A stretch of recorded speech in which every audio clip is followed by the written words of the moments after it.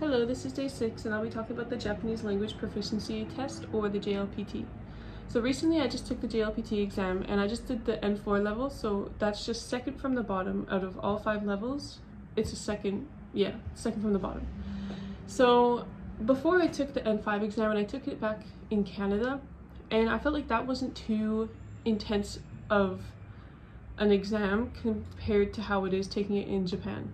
So when I first got there, it was like first confusing to find the place that I was supposed to take the exam. Not only just because it's like I didn't know, like, this is my first time being in that place, but it was also just because it was on like a different floor of a building. It's weird how like every floor of a building in Japan is like something else, you know, like a different store or a different set of stores. So that's like something that's I'm totally not used to. I'm not used to that concept. So that was like the first thing that was kind of confusing to me. But after I asked somebody where it was all fine and whatever. And then second of all, it was like more intense is that they were like more strict on the rules. So like you couldn't eat or drink. Well, like we could have like water, but like not like an excessive amount kind of. And then like we couldn't have been on our phones or anything, like even during the break times, because we get like around 20-30 minutes of break between each section of the exam, and we couldn't be on our phones in like the test room, so we had to like leave to use our phones. And then they're really strict on having your phone shut off because it's a big distractor if it like goes off or anything, and like that makes sense. They were like that in Canada too, but during the breaks in Canada we were allowed to like use our phone or like eat or review or anything if we needed to. But the one thing that was different is that in Canada, we couldn't leave the room between the breaks. But in Japan, we were allowed to. But in Canada, we weren't, which is like, I kind of thought was a little bit interesting that they had it like set up like that. I mean, it could be different now just because I did take mine in Canada like a year ago. So they could have changed it. But anyways, besides them trying to psych me out and like psych out everybody else, I think it was like the exam wasn't too bad. It wasn't too difficult. Because there's like the vocabulary and kanji area like section of the exam, and that I feel like is not too bad. And then there's the grammar and the reading, and that section I feel like is a little bit harder just because grammar is like a little bit difficult, but also reading, if you're not like very fast at reading, there's 3 reading sections, so it's like it can take a little bit of time.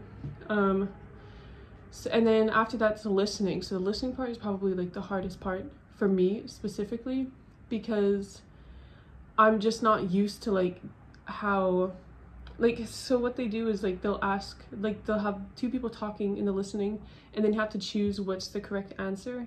And sometimes they mention like every like choice. They mention every single choice in the audio, so it's like a little bit hard. So if you do plan on taking like the JLPT, I definitely recommend like listening and having more listening material, and then also reading if reading's something that's difficult for you.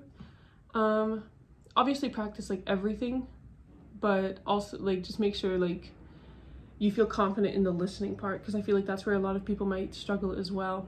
A few other tips if you want to take the JLPT is like start studying early. If you're taking like N5 or N4, then it's like you don't have to study as intense as if you take like N3, N2, or N1. That still doesn't mean like don't study, but just like start early if you can. But if you're taking like upper level, then start earlier, like start studying earlier.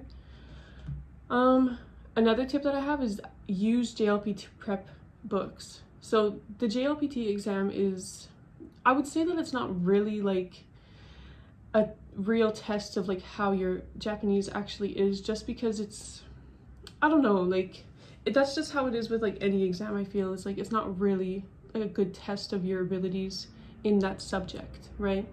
So that's why I recommend using like prep books, just because so you can understand like how the exam layout is, but also understand like how the questions are, because some of them are a little bit difficult.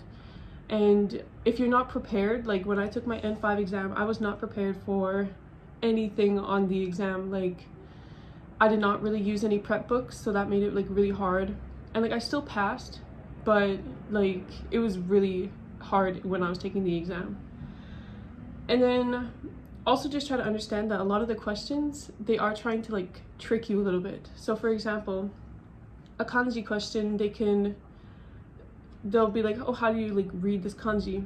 And then they'll have like the same option, but just like one letter difference between the multiple choice. So it's like you definitely have to like feel confident in how you're supposed to be doing these questions. That's why having the prep books is really, really helpful.